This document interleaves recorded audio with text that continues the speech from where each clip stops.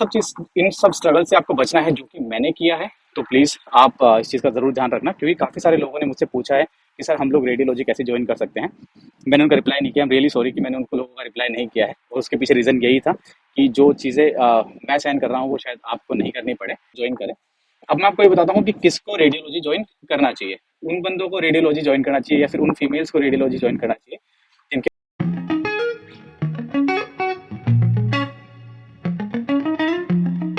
Hello, हाँ जी, नमस्कार। मेरा नाम है संदीप चौहान। आप देख रहे हैं चौहान यूके वाइब्स। तो इस वाली वीडियो में हम लोग बात करेंगे कि जो मेरा डिपार्टमेंट है, जैसे रेडियोलॉजी डिपार्टमेंट है, और बाकी डिपार्टमेंट भी है जो भी जनरल ड्यूटीज करते हैं, जहाँ पे जनरल शिफ्ट्स होती है, जैसे कि सुबह 8 बजे से लेकर शाम को 4 बजे तक, या फिर सुबह 9 बजे से लेकर शाम को 5 बजे तक। तो आपको ऐसे डिपार्टमेंट क्यों ज्वाइन नहीं करने चाहिए, खासकर यहाँ पे यूके में आके वो चीज़ें आपको क्यों ज्वाइन नहीं करनी चाहिए, तो उसी चीज़ के ऊपर हम लोग आज इस वाली वीडियो में बात करेंगे। क्योंकि ये सारी चीज़ें मैं एक्सपीरियंस कर चुका हूँ, और आपको जैसे आप सभी लोगों को पता है, मैं एज ए रेडियोलॉजी नर्स यहाँ पे काम करता हूँ यूके के अंदर। और मुझे क्या क्या चीज़ें फेस करनी पड़ी, क्योंकि मुझे इन चीज़ों के बारे में नहीं पता था, और या फिर मुझे कोई बताने वाला नहीं था कि मुझे ये डिपार्टमेंट ज्वाइन करना चाहिए या नहीं करना चाहिए। तो अभी मेरे पास ये एक्सपीरियंस है, मुझे पता है इस चीज़ के बारे में कि ये आपको डिपार्टमेंट ज्वाइन करना चाहिए या नहीं करना चाहिए। तो मैं आप लोगों के साथ शेयर करूंगा। इसके अंदर मेन 5 रीज़न मैं आप लोगों को बताऊंगा कि आपको क्यों नहीं ज्वाइन करना चाहिए ये वाला डिपार्टमेंट। और मैं ये भी बताऊंगा कि ये वाला डिपार्टमेंट किसको ज्वाइन करना चाहिए, ठीक है। तो जो 5 रीज़न होंगे उसमें जो फिफ्थ रीज़न है वो काफ़ी इंपॉर्टेंट है, और आपकी सैलरी से रिलेटेड है वो रीज़न।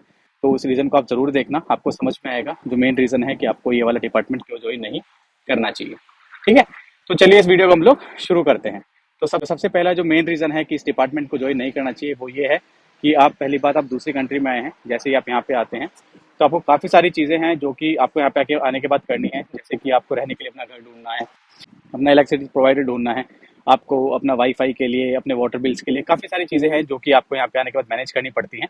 तो उन सब चीज़ों के लिए जब आप यहाँ पे आते हैं, तो जो भी ऑफिसेज होते हैं वो मंडे टू फ्राइडे काम करते हैं। आप सभी को पता है मंडे से फ्राइडे ही सारा काम होता है। और मंडे से फ्राइडे जो सारा काम होता है वो जो इनके ऑफिस आवर्स होते हैं वो सेम हमारे ऑफिस आवर्स के जैसे ही होते हैं, कि सुबह 8:30 बजे से लेकर शाम के 5 बजे तक, या फिर सुबह के 9 बजे से लेकर शाम के 5 बजे तक। तो जब आप अपने काम से फ्री होते हैं, अपनी ड्यूटी से फ्री होते हैं, तो ये सारे के सारे ऑफिस वगैरह सारे बंद हो चुके होते हैं। तो काफ़ी दिक्कत आती है सारी चीज़ें मैनेज करने में, घर ढूंढने में दिक्कत आती है, आपको अपना इलेक्ट्रिसिटी प्रोवाइडर ढूंढने में दिक्कत आती है, वाटर प्रोवाइडर ढूंढने में दिक्कत आती है। काफ़ी सारी चीज़ें हैं जो कि आपको ऑफिशियल आवर्स के ऊपर ये सारी चीज़ें मैनेज करनी पड़ती हैं, और आपको यहाँ पे करना पड़ता है, वो सारा काम करना पड़ता है। क्योंकि आप यहाँ पे एज एज रजिस्टर्ड नर्स आए हैं, आप यहाँ पे नए आए हैं यूके के अंदर, तो आपको अपने लिए सारी चीज़ें करनी पड़ती हैं। पर जो आपका जो ऑफिस आवर्स है, जो आपकी ड्यूटी आवर्स है, वो सेम वही ड्यूटी आवर्स है जो कि ऑफिशियल लोगों का होता है यहाँ पे, जो भी करते हैं। जैसे मैंने आपको बताया। तो आप जब आप अपनी ड्यूटी पे रहेंगे तो आप ये सारी चीज़ें नहीं कर सकते हैं। और आपकी छुट्टी होती है वो वीकेंड्स पे होती है, सैटरडे एंड संडे आपकी छुट्टी होती है। तो आप वीकेंड पे भी जाके ये सारा काम नहीं कर सकते, क्योंकि वीकेंड पे उन लोगों की भी छुट्टी होती है। तो ये काफ़ी बड़ा ड्रॉबैक है, और मेरे को काफ़ी सारी दिक्कतें आई थी इन चीज़ों के लिए, क्योंकि मुझे घर ढूंढना था मेरा। और जब मैं घर ढूंढने के लिए निकलता था सैटरडे संडे को, तो ज़्यादातर जो एजेंट्स होते हैं, जो भी ऑफिसेज होते हैं इनके, जो ब्रोकर वगैरह, इन सबके जो ऑफिसेज हैं सारे के सारे बंद रहते थे। तो घर ढूंढने में काफ़ी दिक्कत आती थी। उसके बाद मुझे मेरे लंच आवर के अंदर इलेक्ट्रिसिटी प्रोवाइडर्स को फ़ोन करना पड़ता था, अगर मुझे कोई दिक्कत रहती है कि मेरा बिल ज़्यादा आया है, या फिर कुछ भी चीज़ें हैं, या फिर मुझे अपना इलेक्ट्रिसिटी प्रोवाइडर चेंज करना है। तो मुझे मेरे लंच आवर में ये सारी चीज़ें फ़ोन करके सारी चीज़ें सॉर्ट आउट करनी पड़ती थी। तो मुझे काफ़ी दिक्कत आई थी इस चीज़ के लिए, इस चीज़ को लेके। तो आप इस चीज़ का ज़रूर ध्यान रखना कि अगर आपको ऐसा लगता है कि ये सारी चीज़ें आपके भी साथ हो सकती हैं, आपको भी दिक्कत आ सकती है, क्योंकि फिलहाल यूके के अंदर जो अकोमोडेशन है उसकी काफ़ी दिक्कत यहाँ पे आई हुई है। तो इस चीज़ का ज़रूर ध्यान रखना कि ये भी एक पॉइंट है, ठीक है। दूसरा है अपना जो आपकी कॉम्पिटेंसीज हैं, आपकी एजुकेशन है, आपकी जो फर्दर ग्रोथ है, ये सारी चीज़ें। जैसे मैं रेडियोलॉजी डिपार्टमेंट में काम करता हूँ, तो ज़्यादातर वहाँ पे मेडिसिन नहीं होती हैं। अगर होती भी हैं तो ओरल मेडिसिन होती हैं, आईवी मेडिसिन नहीं होती हैं। कैनुलेशन वगैरह होता है, बाकी जितनी भी चीज़ें होती है, कैथेटराइजेशन होती है, कैनुलेशन वगैरह हो गया आपका, बाकी मेरा है मतलब जो ड्रेसिंग वगैरह ये सारी चीज़ें हैं, ये आप यहाँ पे अपनी कॉम्पिटेंसीज गेन नहीं कर सकते हो, क्योंकि इस डिपार्टमेंट में ये सारी चीज़ें नहीं होती हैं। इवन मेडिसिन में नहीं होती, ओरल मेडिसिन में नहीं होती हैं। बाकी जो भी ऐसे डिपार्टमेंट्स हैं वहाँ पे अपनी जो कॉम्पिटेंसीज हैं वो आप गेन तो कर लोगे, पर उनको अप टू डेट रखने में आपको काफ़ी दिक्कत आएगी, क्योंकि अप टू डेट रखने के लिए आपको कुछ साइंस की ज़रूरत होती है। वो साइन आपको तभी मिलेंगे तब आप वो काम करते हो। तो काफ़ी सारी चीज़ें ऐसी हैं कि आप यहाँ पे नहीं कर सकते हो। और जो वार्ड में जो काम कर रहा है आपके साथ ही, जो registered nurse as registered nurse यहाँ पे यूके में आया है, वार्ड में काम कर रहा है, आईसीयू में काम कर रहा है, सीसीयू में काम कर रहा है, तो उनको उन चीज़ों का फ़ायदा है, क्योंकि उनकी जो कॉम्पिटेंसीज हैं वो आपसे ज़्यादा होंगी। उनकी जो कॉम्पिटेंसीज हैं वो अप टू डेट होंगी, और आपको ये सारी चीज़ें अप टू डेट रखने में और ये सारी चीज़ें कॉम्पिटेंसीज गेन करने में आपको काफ़ी दिक्कत आएगी और काफ़ी सारी डिफिकल्टीज आएंगी, ठीक है। उसी के अंदर एक पॉइंट आता है ग्रोथ का। ग्रोथ का मतलब ये है कि जब आप वार्ड में काम करते हैं, आईसीयू में काम करते हैं, सीसीयू में काम करते हैं, तो उनके कुछ छोटे छोटे कोर्सेज होते हैं, जैसे इंटेंसिव केयर का कोर्स हो गया, कोरोनरी केयर का कोर्स हो गया। वार्ड में भी काफ़ी सारे ऐसे कोर्सेज होते हैं जिसके लिए आपको एनरोल किया जाता है। पर जैसे मैं रेडियोलॉजी डिपार्टमेंट में काम करता हूँ, या फिर कोई अदर नर्सेज हैं जो कि मंडे टू फ्राइडे काम कर रही हैं, ऐसे डिपार्टमेंट में काम कर रही है जहाँ पे डॉक्टर्स का रोल ज़्यादा होता है एज कम्पेयर टू नर्स, तो वहाँ पे आपका जो ग्रोथ का चांस है as compare to other boards, वहाँ पे आपको कम देखने को मिलेगा। तो जो आपकी ग्रोथ है वो भी काफ़ी कम है वहाँ पे, है ना। और कंपटीशन भी काफ़ी ज़्यादा रहता है, क्योंकि एक लिमिटेड नंबर की टीम होती है, उसके अंदर कंपटीशन ज़्यादा होता है, और वार्ड में काफ़ी सारी नर्सेज होती हैं, वहाँ पे सबको चांस मिलता है अपने ग्रोथ के लिए, सारी चीज़ों के लिए, ठीक है। तो ये था मेरा दूसरा पॉइंट। जो मेरा तीसरा पॉइंट आता है वो आता है आपकी छुट्टियाँ, क्योंकि जब आप इन डिपार्टमेंट्स में काम करते हो तो आपको छुट्टियाँ कम मिलती है। छुट्टियाँ कम नहीं, जो वार्ड में काम करता है उसको भी उतनी छुट्टी मिलती है, आईसीयू में जो काम करता है उनको भी उतनी ही छुट्टियाँ मिलती हैं, और जो जैसे हमारे जैसे स्पेशलिटी डिपार्टमेंट्स में जो काम करता है उनको भी उतनी ही छुट्टियाँ मिलती हैं। जो लीव्स होती हैं वो सेम नंबर ऑफ लीव्स होती हैं।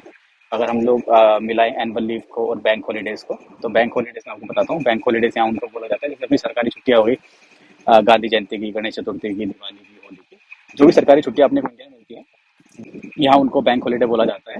तो अगर आप वार्ड में काम करते हैं तो आपको क्या है कि आपको बैंक हॉलीडेज पे आपको काम करना पड़ेगा, और जब आप अपने बैंक हॉलीडेज में काम करते हैं तो आपको वहाँ पे एक्स्ट्रा सैलरी भी मिलती है, राइट। पर आप जब अपने बैंक हॉलीडेज पे काम करते हैं तो जो आपके बैंक हॉलीडेज हैं वो आपके क्रेडिट होते रहते हैं, कि इस नर्स ने ये वाले बैंक हॉलीडे पे काम किया था, तो इसका जो बैंक हॉलीडे है वो वहाँ पे क्रेडिट होता रहेगा। तो जब आप इंडिया जाएंगे तो आपके पास जो बैंक हॉलीडेज हैं उनकी छुट्टी आपके पास हो जाएंगी, आपकी एनुअल लीव हो जाएंगी, काफ़ी सारी चीज़ें ऐसी हैं कि जो आपको वहाँ पे मिल जाएंगी। जैसे मैं हूँ, तो मेरे यहाँ पे जो मेरा डिपार्टमेंट है सैटरडे संडे को बंद रहता है, बैंक हॉलीडेज पे बंद रहता है। तो मेरा क्या है कि जब मेरी बैंक हॉलीडेज पे छुट्टी रहती है तो मैं घर पे रहता हूँ, काम नहीं करता हूँ, मैं हॉस्पिटल नहीं जाता हूँ उस दिन। तो वो मेरी छुट्टी एक तरीके से वेस्ट ही है, क्योंकि मैं उस दिन कुछ भी काम नहीं कर रहा हूँ, और मैं आगे यूटिलाइज भी नहीं कर सकता।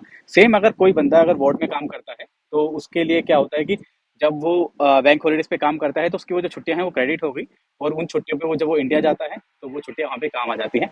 अगर मैं इंडिया जाता हूँ, अगर मैं 4 हफ्ते के लिए जाता हूँ, तो लगभग मेरी छुट्टियां खत्म हो गई, 1 महीने की जो छुट्टी है मेरी वो खत्म हो गई। उसके बाद कुछ ही छुट्टियां बचेंगी जो कि मैं क्या बोलते हैं पूरे वीक के लिए, पूरे ईयर के लिए बचा सकता हूँ। पर अगर कोई वार्ड में काम करता है तो उसको ज़्यादा छुट्टियां मिलती हैं। ज़्यादा छुट्टियां नहीं मिलती हैं इसका मतलब ये है कि वो बैंक हॉलीडेज वहाँ पे अपने सेव कर रहे हैं। सबसे मेन और सबसे लास्ट पॉइंट आता है वो है आपकी सैलरी, कि मैं रेडियोलॉजी डिपार्टमेंट में काम कर रहा हूँ, या फिर कोई भी नर्स जो भी जनरल ड्यूटीज पे काम करती है, स्पेशलिटी यूनिट्स में काम करती हैं, वो ना वीकेंड्स पे काम करती है, ना बैंक हॉलीडेज में वो काम करती है, ना नाइट्स में काम करती है, ना सैटरडे की नाइट कर सकती है, ना संडे की नाइट कर सकती है, क्योंकि संडे के लिए उनका जो डिपार्टमेंट है वो बंद ही रहता है, कोई शिफ्ट अवेलेबल नहीं होती है वहाँ पे। ना आप सैटरडे को काम कर रहे हो, ना संडे को कर रहे हो, ना बैंक हॉलीडे पे कर रहे हो। तो जो आपकी सैलरी आएगी वो एकदम मिनिमम सैलरी आएगी, जो सबसे कम सैलरी होती है, जो कि एक रजिस्टर्ड नर्स को मिलती है, वही आपकी सैलरी आपके अकाउंट में क्रेडिट होगी। मैं मानता हूँ ये जो काम है थोड़ा आराम का है, इसके अंदर ज़्यादा पेशेंट्स के साथ आपको डील नहीं करना पड़ता है। पर आप सभी का एक मेन रीज़न है कि आप अपनी कंट्री से यहाँ पे आए हैं, वो है आपका पैसा कमाना, पेशेंट केयर वगैरह जो भी चीज़ें हैं। तो आप वो पैसा नहीं कमा सकते हो यहाँ पे आके, क्योंकि आप ना तो बैंक हॉलीडेज पे काम कर रहे हो, ना आप वीकेंड्स पे काम कर रहे हो, ना नाइट पे काम कर रहे हो, जहाँ पे एक अच्छा पे मिलता है। आप नाइट में काम करते हो तो आपको 1.5 टाइम्स एक्स्ट्रा पैसा मिलता है, आप वीकेंड्स पे काम करते हो तो आपको एक्स्ट्रा पैसा मिलता है। वो काम आप वहाँ पे नहीं कर सकते हो, ठीक है। तो आपको जो फाइनेंशियली देखा जाए, तो अगर आप किसी अपने पार्टनर के साथ आ रहे हो, आपकी वाइफ आपके साथ में आ रही है, तो उस चीज़ में आपका खर्चा नहीं चलेगा, क्योंकि आपकी सैलरी इसमें काफ़ी कम आएगी। और आप अगर आपको एक्स्ट्रा टाइम भी करना है, अगर एक्स्ट्रा काम भी करना है, तो आप मंडे टू फ्राइडे आपको अपनी नॉर्मल जॉब करनी पड़ेगी। उसके बाद सैटरडे एंड संडे जो कि आपका एक रेस्टिंग टाइम है, जो रेस्टिंग डे है, उसके अंदर जाके आपको एक्स्ट्रा काम करना पड़ेगा, जिसके अंदर अगर उसके अंदर आप एक ही शिफ्ट एक्स्ट्रा कर सकते हो, या तो आप सैटरडे को कर सकते हो या संडे को कर सकते हो। जैसे कि मैं सैटरडे नाइट करता हूँ, जिसके अंदर मुझे 307 पाउंड्स मिलते हैं, 307 या 308। अगर किसी को देखना है तो अब मैंने पे स्लिप भी शेयर की हुई है मेरी, आप जाके देख सकते हैं आराम से वहाँ पे कि मुझे एक नाइट के कितने एक्स्ट्रा रुपए मिलते हैं। तो अगर मैं लगाऊँ 1600-1700 पाउंड, अगर नॉर्मल सैलरी लगाते हैं, 1200-1300 अगर एक्स्ट्रा भी कर लिया कि अगर हमने हर वीक जाके एक दिन एक्स्ट्रा काम किया है, तो टोटल 3 लाख रुपए समथिंग की वो सैलरी पड़ती है इंडियन करेंसी में। एकदम क्लियर बात है जो आप लोगों के सामने है। पर अगर सेम वही नर्स, अगर मैं वार्ड में काम करता, तो मेरी नॉर्मल बैंक हॉलीडेज पे भी मेरी ड्यूटी लगती है, मेरे को हफ्ते में सिर्फ 3 दिन काम करना होता। वो 3 दिन भी काम करता तो वो जो मेरा काम होता वो संडे को भी हो सकता है, सैटरडे को भी हो सकता है, डे में भी हो सकता है, नाइट में भी हो सकता है, बैंक हॉलीडे में भी हो सकता है। तो वो सारा एनहेंसमेंट मिलके जो मेरी नॉर्मल सैलरी आएगी वो ही कम से कम 2200-2300 पाउंड्स आएगी, मतलब लगभग 2,20,000 2,30,000 रुपये आराम से आएगी मेरी सैलरी।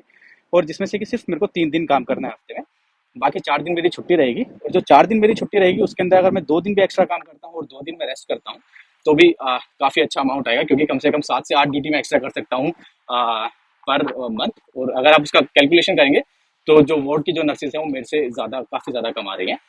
और सबसे अच्छी चीज देखो ये है कि आप यहाँ पे जब आओगे, इन डिपार्टमेंट्स में काम करोगे, तो आपके पास वार्ड का एक्सपीरियंस नहीं होगा, तो आप अपनी एक्स्ट्रा ड्यूटी भी वार्ड्स के अंदर नहीं कर सकते हो।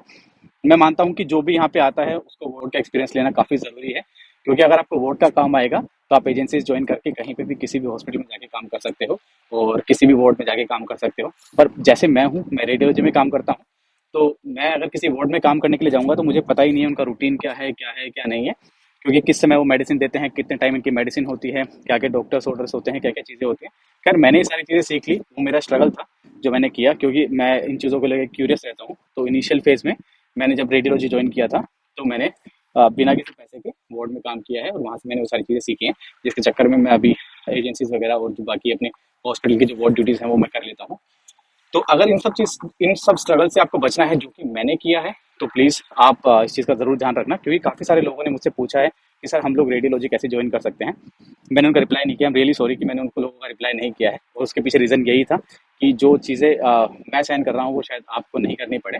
और सबसे अच्छी बात यह है कि मैं मेरा डिपार्टमेंट चेंज कर रहा हूँ। कुछ समय में चेंज हो जाएगा मेरा डिपार्टमेंट, और मैं आप लोगों को अपडेट ज़रूर दूंगा कि मैं अभी कौन से डिपार्टमेंट में जा रहा हूँ। और जो जिस डिपार्टमेंट में जाऊंगा मैं आपको अपडेट दूंगा और उस डिपार्टमेंट के बारे में बताऊंगा कि वो डिपार्टमेंट कितना अच्छा है, उसके अंदर ज्वाइन करने के क्या क्या फायदे हैं और बाकी सारी चीज़ें। तो रेडियोलॉजी के बारे में मैंने आप लोगों को बता दिया है। और बाकी जो भी ड्यूटीज़ है, मैं ऐसे नहीं कहूँगा, मैं किसी चीज़ के लिए ख़राब नहीं कह रहा हूँ कि आप रेडियोलॉजी ज्वाइन ना करें, जिसका इंटरेस्ट है आप उसको ज्वाइन करें। अब मैं आपको ये बताता हूँ कि किसको रेडियोलॉजी ज्वाइन करना चाहिए। उन बंदों को रेडियोलॉजी ज्वाइन करना चाहिए या फिर उन फीमेल्स को रेडियोलॉजी ज्वाइन करना चाहिए जिनके बच्चे अभी छोटे हैं और जिनको शाम को जाके अपने बच्चों को टाइम देना है, या फिर जिनको लगता है कि हाँ मुझे एक भी नाइट शिफ्ट नहीं करनी है, मुझे नाइट शिफ्ट से काफ़ी दिक्कत होती है, तो उन लोगों को रेडियोलॉजी जाके ज्वाइन करना चाहिए। रेडियोलॉजी नहीं, जो भी जनरल ड्यूटीज हैं वो उनको जाके ज्वाइन करनी चाहिए। जिनको अपने बच्चों को टाइम देना है उनको ये सारी चीज़ें ज्वाइन करनी चाहिए, जो ताकि अपनी फैमिली को रोज जाके टाइम दे सकें, सैटरडे संडे उनके साथ इंजॉय कर सकें और उनके साथ एक अच्छा टाइम स्पेंड कर सकें। तो मैंने अपनी तरफ से जो चीज़ें थी वो आपको बता दी, बाकी आप लोगों का डिसीजन है। और उम्मीद करता हूँ ये वाली वीडियो आपको पसंद आई होगी और आपके लिए काफ़ी इन्फॉर्मेटिव होगी। तो मिलते हैं अपनी नेक्स्ट वाली वीडियो के अंदर। थैंक यू सो मच, आपने हमें इतना टाइम दिया। धन्यवाद।